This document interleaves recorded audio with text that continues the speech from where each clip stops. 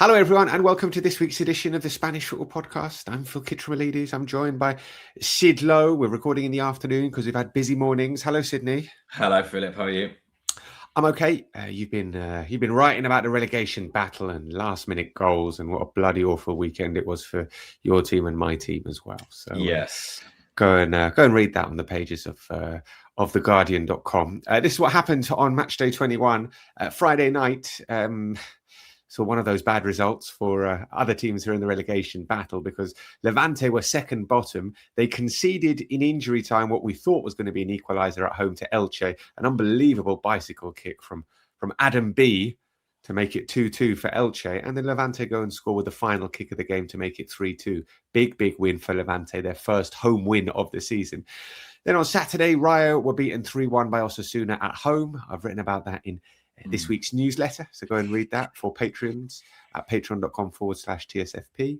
That was an injury time goal for Osasuna. There was an injury time goal for Valencia, who beat Espanyol 3-2. Big result for Valencia, moved up the table. Sevilla beat Athletic Club 2-1. Big result for them at the bottom of the table. And Real Madrid came through what was deemed as the first real test for Alvaro Arbeloa, winning 2-0 away at Villarreal. Then on Sunday, a pretty comfortable victory for Atletico Madrid. They beat Mallorca 3-0 at the Metropolitano, but still no goal in La Liga for Julian Alvarez since the 1st of November. Sydney was at the Camp Nou, getting very wet in the end, and seeing Oviedo play really quite well in the first half and losing 3-0 to Barcelona. Go and listen to this week's TSFP diary. He's done it as a Oviedo fan going to the Camp Nou, and it's a really good listen. In the end, you can't help but feel for Sydney. He's absolutely destroyed, a broken man by the end. But go and listen. It's well worth checking out, and not just because of the football. Real Sociedad beat Celta Vigo by 3-1. 2 goals from Mikel Oyarzabal. Villarreal playing for the second half with 10 men as Chaleta Carr was sent off, but they managed to pick up a win, and Pellegrino Matarazzo has that team absolutely flying. Now they're unbeaten, and they've won 3 games in a row for the first time in the league for nearly 2 years. And Alaves beat Betis by 2-1. Another big win for a team at the bottom of the table. Monday Night Football sees Girona host Getafe. So the rest of the La Liga season is going to be pretty exciting. Don't miss a thing. Come and join us at patreon.com/TSFP. Patrons get the Monday and Friday podcast without any adverts. Plus, they get a weekly Q&A pod and a bonus pod. And there's the newsletter and the TSFP diary and the Discord. Join us. You can sign up from €4.75 a month. It's actually even cheaper if you get an annual membership. Right, Sid, let's start off by talking about the game at the Estadio de la Cerámica, where Real Madrid beat Villarreal by 2-0.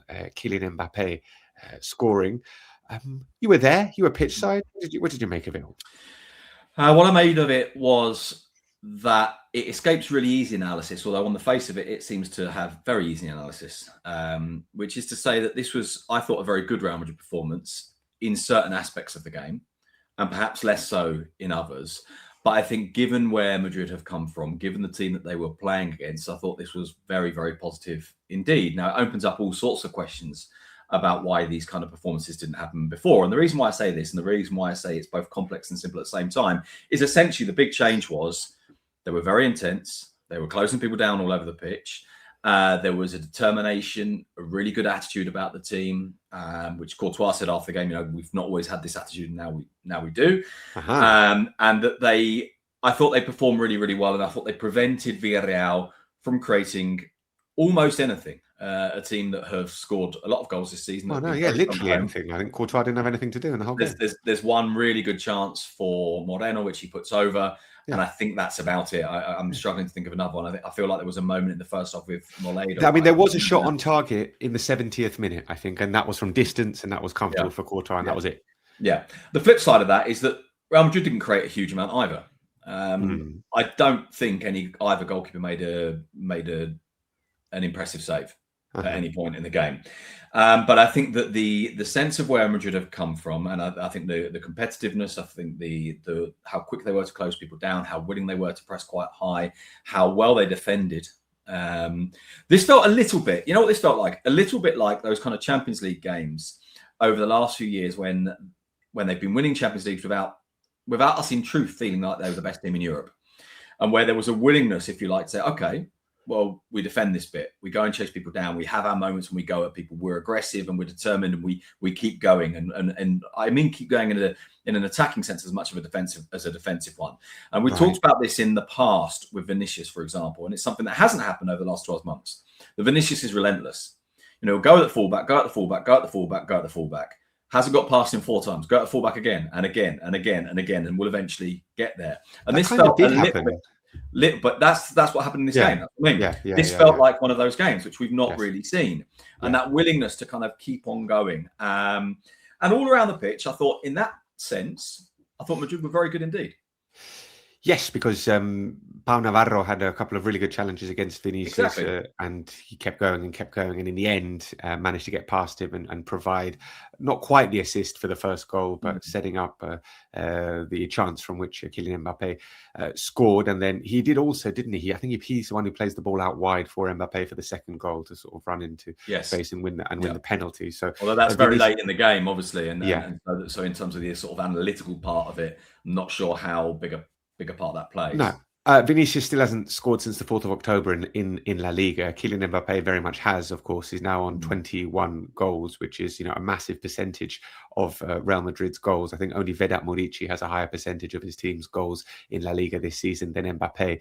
I was thinking, we've talked about this before. It's not necessarily too problematic that your main striker and your best player is scoring all the goals. I guess it's the lack of support from other people, the lack of goals being chipped in by everyone else, which is what's making it eye-catching. But, Kylian Mbappe, Real Madrid rely on Kylian Mbappe to score lots of goals. Well, that's why they waited 7 years for him and spent all that money on him. Exactly. Although I suppose there is a counter-argument, and it's actually one that I haven't got the stats in front of me. I'll admit this. A colleague of mine who works for one of the Spanish dailies said he was going through the stats and he was preparing a piece on it. I don't know if he's actually got around to doing it yet. I haven't seen it, in which he was saying, and it was something that I kind of assumed was the case, but wasn't sure. And he said, no, absolutely it is, that Real Madrid scored more goals before Mbappe was there than since Mbappe's arrived, collectively. So, of course, the issue isn't necessarily that Mbappe takes all the goals. It's if the team itself is scoring fewer than before. Yes. Certainly in the Alonso era, because this conversation I had with him was just before Arbeloa was sacked, the figures show that Madrid were scoring fewer goals with Mbappe. Now, obviously, it would be short-sighted to see that purely as about him, or even purely as about the forward line, because a lot of the period, just about the forward line. Yeah, exactly. A lot of the period that we're talking about is pre and post Toni Kroos. It's pre and post a certain approach to the game where they're more expansive and so on. They're frankly a better team that final season with Ancelotti than they were last year with Mbappe. How much that's a collective functioning, how much Mbappe has an influence on that, and so on. But the one thing we can certainly say without, I think, any concern about getting it wrong is that Mbappe is a phenomenal player, and finishes really cleanly. I think the one at the weekend was obviously very simple. There's a lot of penalties in there as well. One of the things that I think is really interesting about the penalties is that they're all the same penalty. It's all him just to the side of the middle. So either an inside left position or an inside right position, running in a relatively straight line at goal, knocking the ball in front of him, and a defender coming across and sliding in. Now, I think there's been a few where Mbappe has drawn the foul. I think last week, to be perfectly honest, he completely invented it. But I think it's something about the speed and the directness of him and the willingness to make that run and the willingness to say, okay, if I get here, fine. And it's remarkable. And I was thinking this actually watching Pedraza commit the penalty at the weekend, which absolutely is a penalty. What is it about this movement that we think we can all see it coming, but defenders can't stop it? And I suppose what that tells you is the execution of it is so good. The speed is so high that even if you think you know what's coming, stopping it is a totally different issue. Real Madrid went top with this result. They were subsequently overtaken once again by Barcelona, but it's just 1 point the difference between these two sides. I have to say, at the moment, I know the gap is only 1 point, but it does feel like there is a bigger gap in terms of football, in terms of what we're seeing between Real Madrid and Barcelona. But it is just 1 point. And are we going to see Real Madrid improve now, Sid? Now that Xabi Alonso's gone with Arbeloa, is it going to be an upward trajectory now? I mean, I think there's a couple of things here. I think the starting point has to be to say that the results, certainly in La Liga, weren't very bad under Alonso. There's a couple of standout bad ones. So there's Celta at home and there's Atletico Madrid away. And those are the standout bad results. Apart from that, there are not bad results. You could say that, drawing at Girona. Yeah, I was going to say you should get better at Girona, you should get better at Elche, and you should get better against Rayo, that little run. Those are 3 draws. Those are not disastrous results at all. And the fact that we've talked about a Barcelona side who mostly we've been very impressed with this year, and they're only 1 point away, tells you something about that. And that was happening with Alonso as well. Now, I think this is significant because against Villarreal, I think it's significant because the players look happier. And there is a frustration. And, look, it's easy to imagine Xabi Alonso watching this on TV and just thinking, you bastards. Yeah. And I do think there is a legitimate question there about, what is it that changes so quickly? Because your physical condition doesn't change just like that. There is a bald-headed Italian man. Yes, but I mean, how long's he had? 10 days. Well, that's all Pintos needs with his magic wand. And I actually think this is a really legitimate question, which is that a lot has been made by Real Madrid themselves about the physical condition of the team. That takes time, and everybody agrees that takes time. Even Pintos himself will agree that takes time. And so this feels like an emotional, a sense of being turned. What's the word? Enchufado. Switched on. Switched on is the right word. I was about to say turned on. That's very different. And just to kind of, there's something about an intensity about them, but that's partly about enjoyment. Now, remember what I said in midweek, and not remember what. That's a very presumptuous thing of me to say. Sorry. I do remember. I remember everything. I will remember what I said in midweek, which was about the Monaco game when the intensity was high. And I said that's because there's an enthusiasm to it when you can see the possibility that the other team will give you opportunities. You can see that they're going to lose the ball at the back. Think, wicked, great, let's get in on them. Let's take this ball off them because there's a chance there. And I guess in part it is about how you present it to the players, that high press, and what they think's in it for them, and whether they can feel that sense, whether this is conscious or subconscious, that there's a reward. And there's a reward, and it's immediate as well. And I think a part of that has happened. And I just think there is a warmness towards Arbeloa that wasn't there for Alonso. And look, we've defended Alonso a bit, I think, or at least I think the tone of our analysis has probably been broadly defensive of Alonso. Yeah. But getting the best out of players, even if we can point the finger at the players for commitment and so on, even if we can then look at a game like this and think, oof, it smells a bit, doesn't it, that they're suddenly playing well now. Getting the best out of players is job number 1 of a manager. And the truth is that Alonso did not succeed in doing that. I would just put a little caveat there. Yeah, and I think you're right to, and I'm glad. I want you to. Do you know what it is? No, but I want you to do it. Just caveat me up, baby, whatever it is. No, I was just going to say, actually, I don't know how well they are playing now, but they are running around a bit and being a bit more intense and, showing a bit more commitment. But the actual football... This is exactly my point. So when I at the very start of this, I said, it's difficult to analyse in a way. In a way, it's simple because they did these things. But it's difficult to analyse in a way because it's exactly that and exactly what I mentioned, that neither goalkeeper really had to make saves. Yes. Did we see Real Madrid play great football? No, we didn't. We didn't, no. But we did see them compete against a really good team and make a handful of chances. A really good team? Yeah, okay, another caveat. Let's talk about Villarreal. Let's talk about Villarreal because they were really disappointing, and obviously they've been disgraceful in the Champions League. Historically bad, 35th out of 36. Only Kairat Almaty are below them in the Champions League. We thought that, listen, in the league, it's actually been their best ever first half to a season. Like, they'd never had 41 points at the halfway stage of a season before. This is literally their best ever league campaign, and yet they were poor, really poor. Yeah. You were there as well, you saw it. I mean, I didn't dislike them in the first half. I didn't think they were brilliant. I thought they were very imprecise, but I didn't dislike them. They were imprecise. They were imprecise. It was an imprecise game from both teams. I didn't dislike the willingness to get the ball forward, to try and get people into wide positions. And for me, it wasn't the final pass. It was the penultimate pass that was letting them down. Yeah. I think quite often that ball out that has them running at a defence, or at least has them opening the pitch and running into spaces, I thought was pretty good. And I thought the next ball, which isn't the final one, more often than not wasn't. There were moments in those first 15 minutes or so where I thought, I was seeing, and it's partly because it's exaggerated by sitting pitch side, the quality of Gerard Moreno, his willingness to come deep and turn and receive and make others play. But it didn't last very long. No, they did that really well for about 15, 20 minutes. Exactly. And then exactly that. And so as I say, I didn't dislike them, which isn't the same as saying I really like them. But yeah, it's frustrating. And I think there's a degree of logic because you look at their results this year in the Champions League. You look at their results this year. If you can add together the Champions League results to their results against Champions League playing teams in La Liga, yeah, and you get 1 win in 12. Yeah, I mean 0 points from possible 15 against the top 3 in La Liga. So. And then the 1 win is against Athletic. So of the Champions League teams, the one they've beaten is the one that, of course, is by far and away the worst in La Liga this season. Very disappointing from Villarreal. Let's see if they can pick themselves up and finish strongly. They've never qualified for the Champions League in back-to-back seasons, so that is their task for the remainder of the campaign. All right, Sid, let's talk about your magical trip to the Camp Nou. It wasn't where very magical. You saw, well, the first half, Sid, the first half Oviedo competed. It was 0-0. You committed a lot of fouls in that first half. Yeah. Did you see the numbers, the statistics? I didn't see the numbers. No, I didn't see the numbers. I think it's 13 fouls in the first half, where you're averaging around 15 in a game. So the first half, there were 13.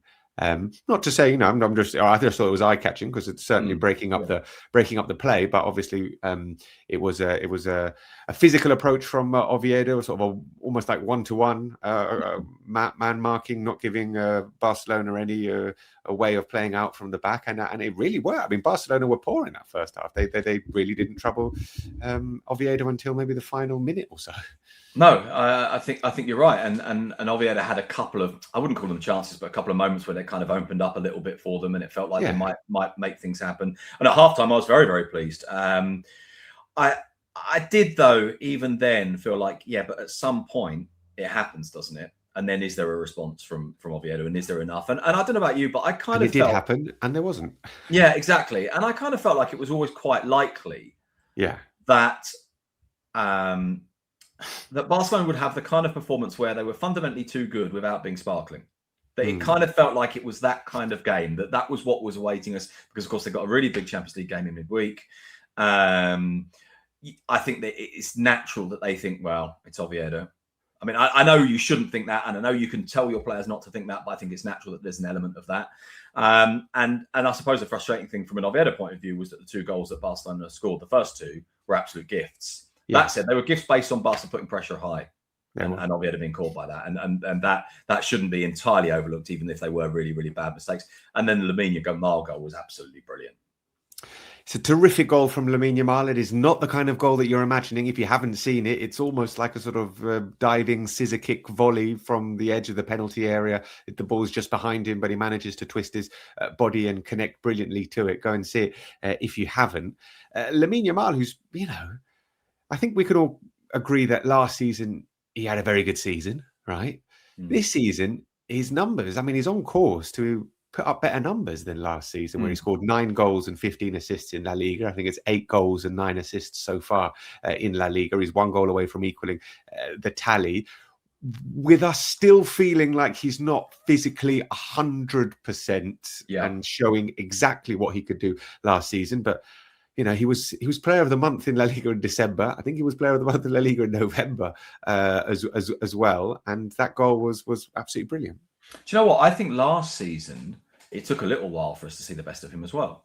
And I think what happened was that in the end, the feeling of how good his season had been was because of how good he was in those decisive moments. Even in the exit from the Champions League, he was brilliant in those 2 games against Inter, and took real responsibility for leading them as well. And so, I mean, if he is to get fit now, I think it's quite likely that those numbers don't just continue to grow, but the growth accelerates as well.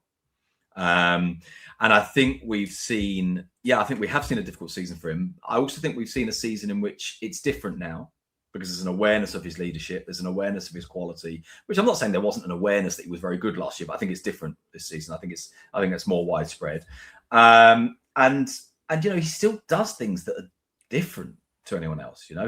He's got a technical quality that makes him the best player in the Barcelona team, even surrounded by really, really good players.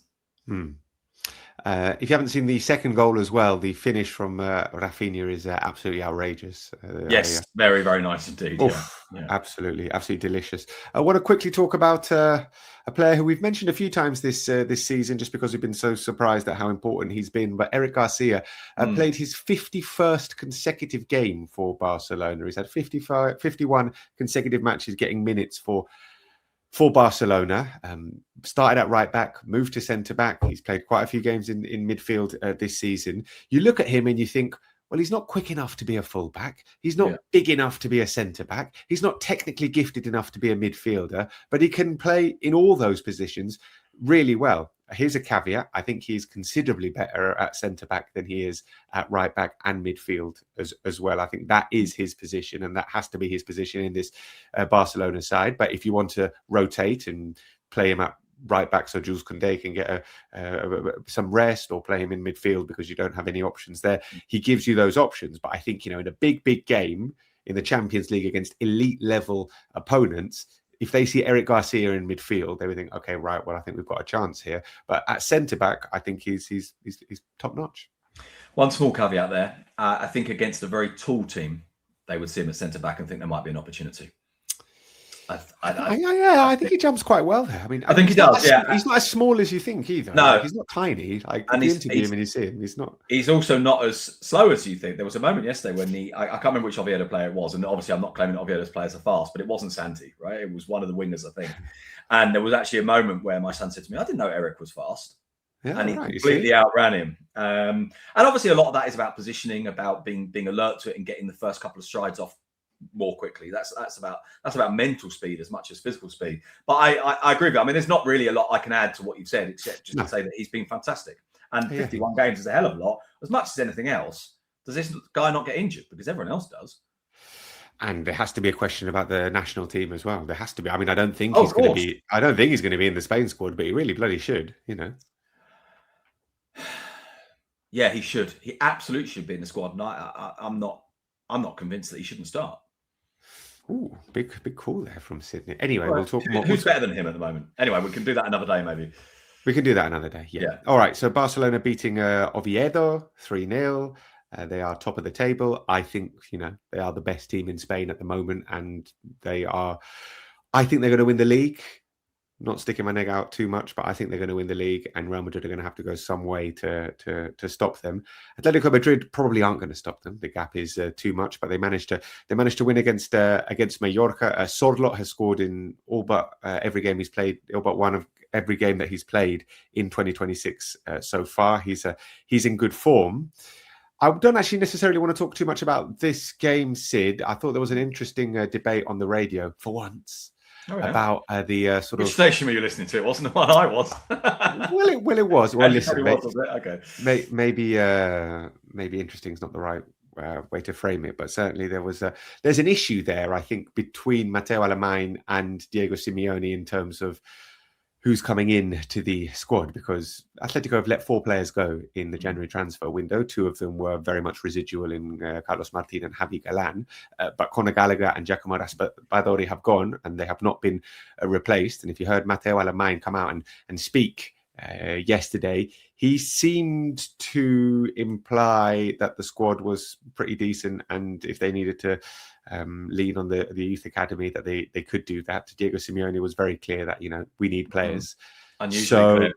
Unusually clear, like very, very clear. Like, we need players, we do. So I don't know if this is a war of words. I don't know if we're reading too much into it. I'm sure he is going to try and bring at least one more player in to the squad, because the squad is 4 players weaker than it was at the start of January. Yeah, and Alemany did say pre-game in the TV interview something along the lines of, we don't want to leave it to last minute, and we're going to try and do it in the next couple of days if we can do it.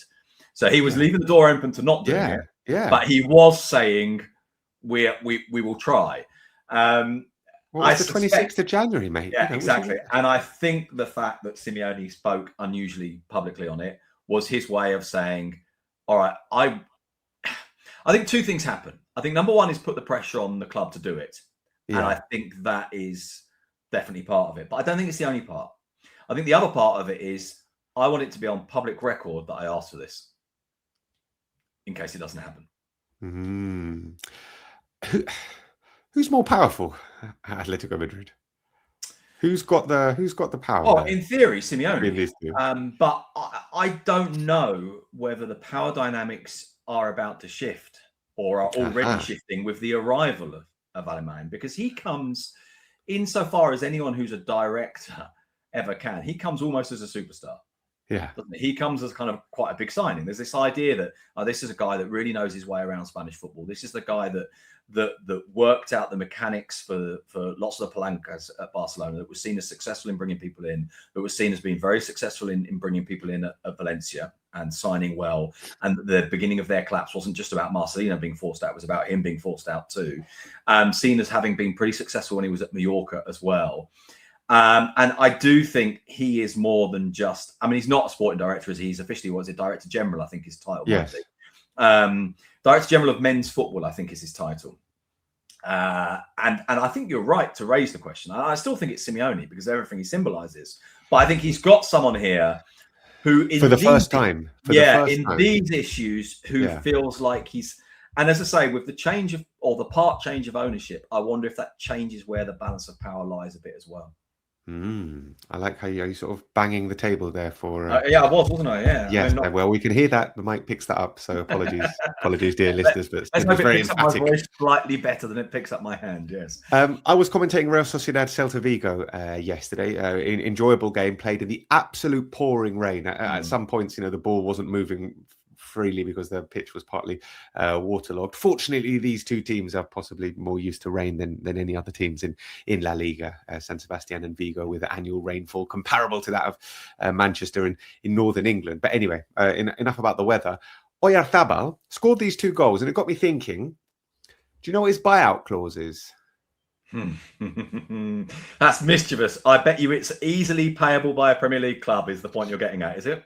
His buyout clause is 75 million euros. It's a bargain. Well, not a bargain. That's a lot of money, but it's for playable, a 28-year-old forward, basically the first choice forward in the Spain national team, who's going to the World Cup, who scored in Nation League's final, in Euros finals, in Copa del Rey finals, who is a proven elite footballer. And you think of, I mean, no one's going to sign him, and he's not. But it just got me thinking that he is.